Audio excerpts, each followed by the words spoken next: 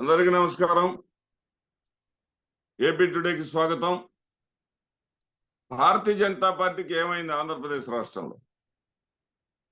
ఆంధ్రప్రదేశ్ రాష్ట్రంలో భారతీయ జనతా పార్టీ కేంద్ర నాయకత్వం, అదే సమయంలో రాష్ట్ర నాయకత్వం అసలు ఎన్నికల్లో పోటీలో ఉన్నామా లేదా అన్నట్లుగా ప్రవర్తిస్తున్నారు. ఎందుకు? కారణం ఏంటి? ఏదైతే బొప్పూడి సభలో ప్రధానమంత్రి జగన్మోహన్ రెడ్డి గారి మీద విమర్శలు చేయకపోవడం, అదే సందర్భంలో కాంగ్రెస్ వైఎస్ఆర్సీపీలు రెండు కూడా ఒకటేనని మాత్రమే విమర్శించటం, ఆ విమర్శ ఏదైతే షర్మిలని పెంచి పోషించినటువంటి చంద్రబాబుకి నచ్చకపోవడం,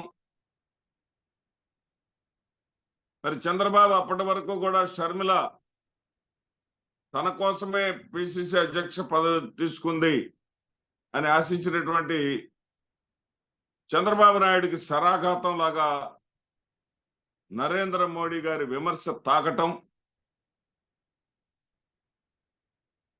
మరి సర్వేలు కూడా అనేక సర్వేలు కూడా భారతీయ జనతా పార్టీ తీసుకున్నటువంటి సీట్లలో ఎక్కడ కూడా గెలిచేటటువంటి ప్రసక్తి లేదు,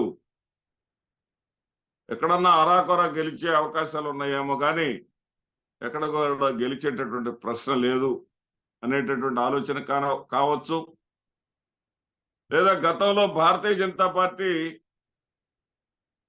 ఇక్కడ ఈ రెండు పార్టీలు కూడా తెలుగుదేశం పార్టీ ఒక సామాజిక వర్గానికి, అదే కమ్మ సామాజిక వర్గానికి, వైఎస్ఆర్సీపీ రెడ్డి సామాజిక వర్గానికి మరి వాళ్ళు ఓన్ చేసుకొని పనిచేస్తా ఉన్నారు.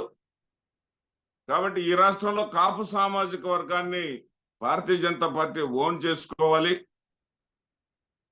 ఈ రెండు సామాజిక వర్గాల కన్నా కూడా సంఖ్యాపరంగా ఎక్కువగా ఉన్నటువంటి కాపు సామాజిక వర్గం తోటి శైలి ఈ రాష్ట్రంలో భారతీయ జనతా పార్టీకి ప్రత్యేకమైనటువంటి ఓటు బ్యాంకును ఏర్పరచుకోవాలి అనేటటువంటి ప్రయత్నాలు చేస్తూ వచ్చింది.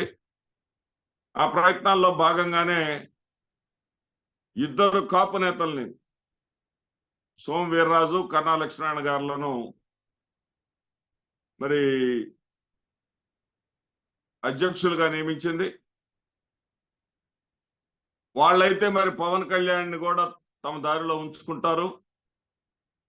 పవన్ కళ్యాణ్ కూడా తోడైతే వాళ్ళు ఆశించింది జరుగుతుందని చెప్పేసి చాలా వ్యూహాత్మకమైనటువంటి ప్రయత్నమే భారతీయ జనతా పార్టీ చేసింది. కానీ ఈ ప్యాకేజ్ స్టార్ వల్ల చంద్రబాబు నాయుడుతో ఉన్నటువంటి, చంద్రబాబు నాయుడుకి పవన్ కళ్యాణ్కి ఉన్నటువంటి ఆర్థిక సంబంధాల వల్ల, ఎందుకంటే గుంటూరు హైవే పక్కన అక్కడ కోట్లాది రూపాయలు ఖరీదు చేసేటటువంటి భూమి లక్షల రూపాయలకే అతనికి ఇవ్వటం కానివ్వండి, ఈ రోజున అక్కడ అతని నివాసము మరియు ఆఫీసు నిర్మాణం శరవేగంగా జరగటం కానివ్వండి, వీటన్నిటి వెనక చంద్రబాబు నాయుడు ఉన్నాడు అనేది జగమెరిగినటువంటి సత్యం. కాబట్టి చంద్రబాబు నాయుడికి భారతీయ జనతా పార్టీ కన్నా కూడా పవన్ కళ్యాణ్ గారికి భారతీయ జనతా పార్టీ కన్నా కూడా చంద్రబాబు నాయుడు ముఖ్యం. అది ఆయన అనేక సందర్భాల్లో చూపించాడు. చంద్రబాబు నాయుడిని అరెస్ట్ చేస్తే అందరికన్నా ముందు రోడ్డు మీద పడి పొల్లాడాడు. ఒక రకంగా తెలుగుదేశం వాళ్ళు కూడా అంత ఉత్సాహంగా బయటికి రాలా. ఇతను రోడ్డు మీద పడి ఏకంగా పొల్లాడాడు, పొర్లు దండాలు పెట్టాడు. మరి ఈ పరిస్థితుల్లో ఇక సరే, ఏదైనా వాళ్ళలో ఐక్యత లేదు, వాళ్ళు ముందుకు రావట్లేదు, పోనీలే ఈవిడ ఎన్టీ రామారావు కుమార్తె అని ఆవిడికి పట్టాలు అప్పచెప్పారు, అధికారాన్ని ఇచ్చారు, అధ్యక్ష పదవిని ఇచ్చారు. ఆమె ఏకంగా దీన్ని భారతీయ జనతా పార్టీని కాస్త బాబు జనతా పార్టీగా మార్చేసింది. 6 ఎంపీ క్యాండిడేట్లు, మరి 10 మంది ఎమ్మెల్యే క్యాండిడేట్లో ఒక్కరంటే ఒక్కరు కూడా కాపు సామాజిక వర్గానికి సీటే లేకుండా చేశారు. అదేవిధంగా ఎన్నో ఆశలు పెట్టుకున్నటువంటి బ్రాహ్మణ సామాజిక వర్గానికి చెందినటువంటి జీవీఎల్ నరసింహరావుకి విశాఖపట్నం దక్కకుండా మరి బాలకృష్ణ గారి చిన్నల్లుడు అయినటువంటి భరత్కి విశాఖపట్నం సీటు దక్కేలాగా చేశారు. రాజమండ్రిలో సోమవీర్రాజు గారికి దక్కాల్సినటువంటి సీటుని తాను లాగేసుకున్నారు. కనీసం అతనికి ఎమ్మెల్యే సీటు కూడా లేకుండా చేశారు. వీటన్నిటి కారణంగా నరేంద్ర మోడీ గారికి అంత ఆసక్తి లేదు. ఆసక్తి లేకపోగా తనకు అత్యంత సన్నిహితులైనటువంటి యోగి ఆదిత్యనాథ్ లాంటి వాళ్ళ దగ్గర దీని మీద ఆయన చర్చ జరిపినట్లు మనకు అందుతున్నటువంటి సమాచారం. చర్చ జరిపితే ఆయన కొంత విలువైనటువంటి సమాచారాన్ని ఆయనకి ఇచ్చినట్లుగా నడ్డా మరియు అమిత్ షా ఈ ఇద్దరు కూడా ఆ పొత్తుకి కారకులు. పెద్ద మొత్తంలో డబ్బులు మారాయి. ముందుగా నడ్డా గారికి సూట్ కేసులు అందాయి. ఆ ధైర్యంతో నడ్డా గారు అమిత్ షా గారికి కూడా భరోసా ఇచ్చారు. అమిత్ షా గారికి కూడా తెలుగుదేశం పార్టీ దగ్గర ఉన్నటువంటి దోచుకున్నటువంటి 6 లక్షల కోట్ల రూపాయల సొమ్ము ఉంది వాళ్ళ దగ్గర. ఆ సొమ్ములో మరి వాళ్ళకి కొంత వాళ్ళ రాజకీయ ప్రయోజనాల కోసం ఇవ్వడం పెద్ద పనేం కాదు. అమిత్ షా గారికి కూడా ఇచ్చినట్లుగా, ఆ ఇచ్చిన తర్వాత ఈ పొత్తు కుదిరినట్లుగా నరేంద్ర మోడీ గారికి సమాచారం అందింది. దీంతో ఆయన ప్రత్యేకించి ఈ నడ్డాను కానీ అమిత్ షాను కానీ ఎవరిని కూడా, ఇంకా కొంతమంది నేతల పేర్లు కూడా ఆయన ఇచ్చినట్టుగా తెలిసింది.